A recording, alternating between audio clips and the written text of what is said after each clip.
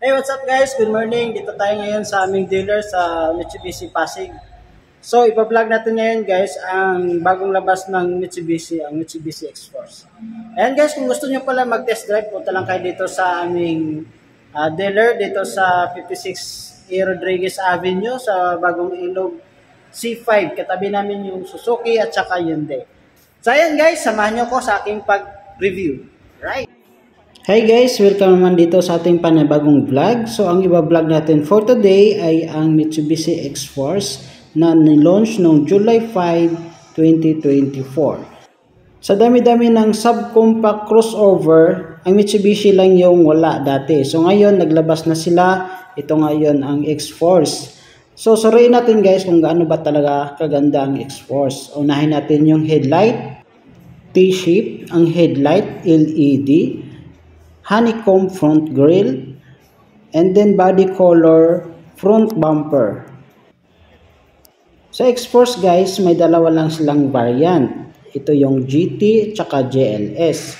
Ang GT naman ay top of the line. Ito yung nakikita natin sa video, itong yellow. So power tailgate na siya. Pwede siyang kick para mabuksan yung tailgate. Pwede siyang remote or pwede siyang pipindutin lang sa likod. Makikita ninyo sa JLS variant ay naka-fabric seat. Samantalang ang GT variant ay naka-leather seat. Pero the same lang sila ng headroom, ng legroom. Maging dito sa dashboard ay the same lang sila. Pahaba yung touchscreen. Ayan. Ang kagandahan lang doon sa GT ay may light ambience siya.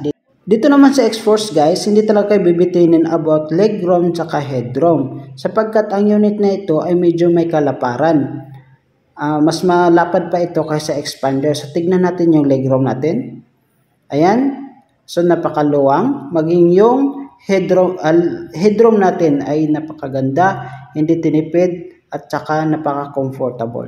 So about naman sa engine displacement is 1.5 liter inline 4-cylinder DOHC, 16 valve gasoline with Mavic 4A91 yung engine niya guys. Ayan. So, ito ay bagay sa city driving maging sa long ride. Right? So, maximum power is 105 PS by 6,000 RPM. Maximum torque naman ay 141 by 4,000 RPM. So, ang transmission nito guys ay continuously variable transmission or CVT. So, meron tayong drive mode select with normal, wet, gravel, and mud. So, ang front suspension natin dito guys is MacPherson strut with coil spring and stabilizer. So, ang rear suspension natin ay torsion beam. So, ayan guys, makikita nyo ang dashboard na ito ay sa GT variant. So, may light ambience na siya. Makikita nyo dyan sa baba, yung kulay blue. Ayan. So, ang kagandahan din dito ay wireless charger na rin siya. Pero yung JLS at maging itong GT ay wireless yung Apple CarPlay at Android Auto niya. Tsaka the same lang din sila na may drive mode select. Meron siyang electronic parking and then auto hold. Ayan. So, 4-speed automatic tayo guys dito sa ating X-Force. So, ang lahat ng variant ng X-Force ay meron siyang anti-lock braking system with equipped electronic brake force distribution, brake assist equipped, and tires is 225 by 50 R18 two-tone alloy wheel.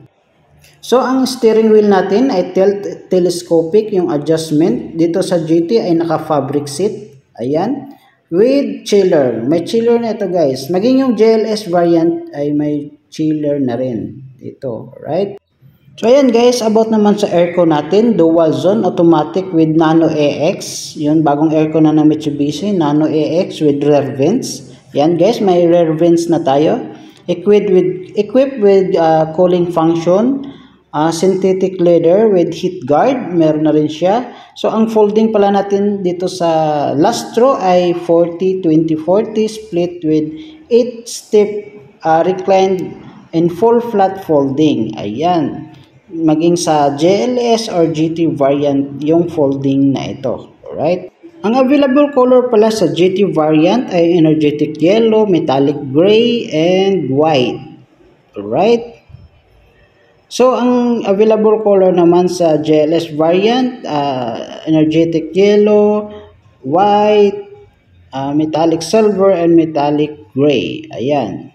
So, ayan guys, kahit gaano kaganda yung sasakyan nyo, pero kulang naman sa safety features ay baliwala rin yon. Kasi ang kailangan natin ay safety features. So, SRS airbags tayo, reversing camera, rear proximity sensors, active stability control and traction control. Meron din silang active yaw na sa Mitsubishi lang makikita, hill start assist, forward collision mitigation system, leading car departure notification, blind spot warning system for GT variant, rear cross traffic alert for GT variant, automatic high beam, tire pressure monitoring system, meron na rin siya, and ISOFIX and anchor with tether ni seat belt. So guys, tapos natin sa features, and then about naman sa performance. So i-test drive natin yung unit, ang GT variant yung i-test drive natin. So let's go guys.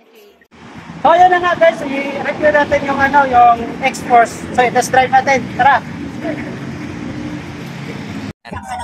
So ayan guys, i-test drive na natin yung X-Force. Bago natin i-test drive, makikita natin yung head unit, yung touchscreen monitor niya. Mapapansin nyo pag nakapak ako ng brakes, yan. Nandito na rin yung coolant, injection, maging yung tire pressure natin nakikita na rin. Ayan. So ayan na nga guys, iti-test drive na natin ito sa sasakyan. Tingnan natin nilalabas dito sa highway. So matitest natin kung gaano siya ka smooth, kung gaano siya kalakas humatak, or kung gaano siya katagtad. Ayan. So mamaya doon sa medyo paakyat, itatry natin kung gaano kalakas ang responsive ng sasakyang ito. Ayan. So ulit guys, ang sasakyang ito ay 1.5 yung engine displacement. Alright? Kaya, yan guys, good for city driving, maging sa long ride. Alright? Pero huwag kayong mag-expect guys na pang racing yung engine nito, sapagkat ito ay 1.5 lamang. Alright? Pero about naman sa response, napakaganda yung response. Ito, paakyat. Kahit konti lang naman yung apak ko, ayan, umaakyat naman siya. Lalo na siguro pag nilakasan ko pa. Kasi dandahan lang tayo kasi bago to wala tayo pang bayad pag nabangga ito. Alright, so ganun pa man ay nafe-feel ko yung response ng sasakyan is good. Good pa rin, yung stability is good, yung tad-tad, yung suspension niya is good, hindi masyadong matadtad. Ayan. Pero wag niyo lang i-expect guys na pang racing yung sasakyang ito. So guys, ang na-test drive natin ay GT variant. So ang airbags nito ay 6 airbags. So meron na rin siyang blind spot warning na hindi nyo makikita sa GLS variant.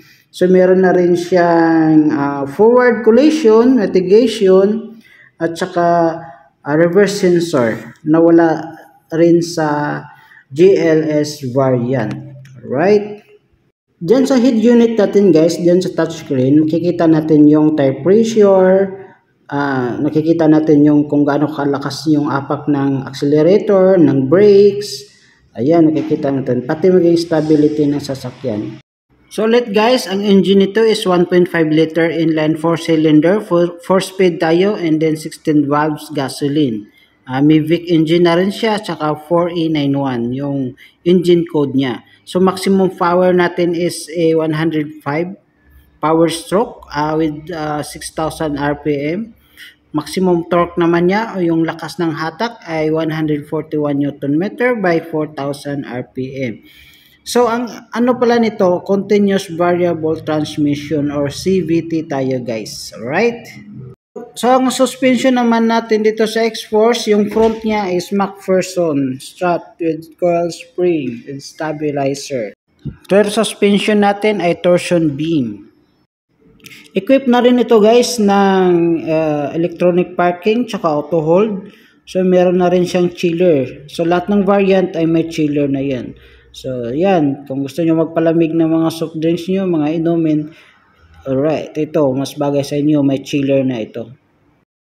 So guys, kung gusto niyo po mag-test drive, i-message niyo lang ako. Ang number ko, ibigay ko na lang sa description ng video. Maging yung promo ng X-Force natin, ilagay ko na rin yung promo sa description ng video. At saka yung number ko is Viber ready naman yon. Pwede kayong mag-text, pwede kayong mag-message sa akin sa Viber. At saka kung yung gustong mag-apply or mag-apply as bank, pwede na rin kayo i-message sa akin. Online transaction lang tayo lahat para mas mabilis. Tsaka hassle-free. So, i-message nyo ako guys para matulungan ko kayo makakuha ng unit. Tsaka, mabigyan ko kayo ng mga promos. At guys, kung nagustuhan nyo ang aking video, please comment naman guys. Please subscribe. Share nyo na rin guys para maraming makakita sa video ito at maraming mag-inquire sa akin. Right guys, tulungan nyo naman ako guys para makaroon ako ng maraming benta this month. Alright? Thank you guys in advance. So ayan guys, patuloy pa rin tayo sa pagdadrive. Mukhang nag-enjoy na ako dito sa aking pagdadrive. Ayan. Sobrang lambot kasi ng steering wheel niya kasi naka-power steering. Ayan. Tsaka hindi siya maalog. Yung parang tibong nahihilo ka na. Ayan. Hindi siya ganon na sasakyan. Tsaka napaka-friendly niya i-drive. Ang bilis-bilis lang niya i-drive. Ayan. So kung mag-shift pala tayo ng ng drive mode select, kahit naka-under tayo, kahit tumatakbo yung sasakyan, pwede kayo mag-select. Alright? So kung maulan, select lang kayo ng wet. Kung napunta kayo sa bundok na medyo naman maputik, select kayo ng mud. Kung normal lang, normal driving. Ayan. Ayan guys, for convenience lang yung na yun. Drive mode select. Ayan. So malapit na tayo sa ating dealer. Kung saan doon tayo nanggaling kanina. So enjoy naman yung pag-test drive. Sana masubukan nyo rin guys ang pag-test drive dito sa X-Force. Anytime naman guys, pwede kaming mag-handle ng test drive. Mag-text lang kayo sa akin para mapa-schedule ko kayo. Alright, nandun naman yung number ko. Sa video description, may number din ako doon. Any inquiries guys, tawag lang kayo sa akin, text lang kayo sa akin. No problem sa akin yan. So ayan na nga guys, dito na tayo, paliko na tayo papunta sa dealer namin.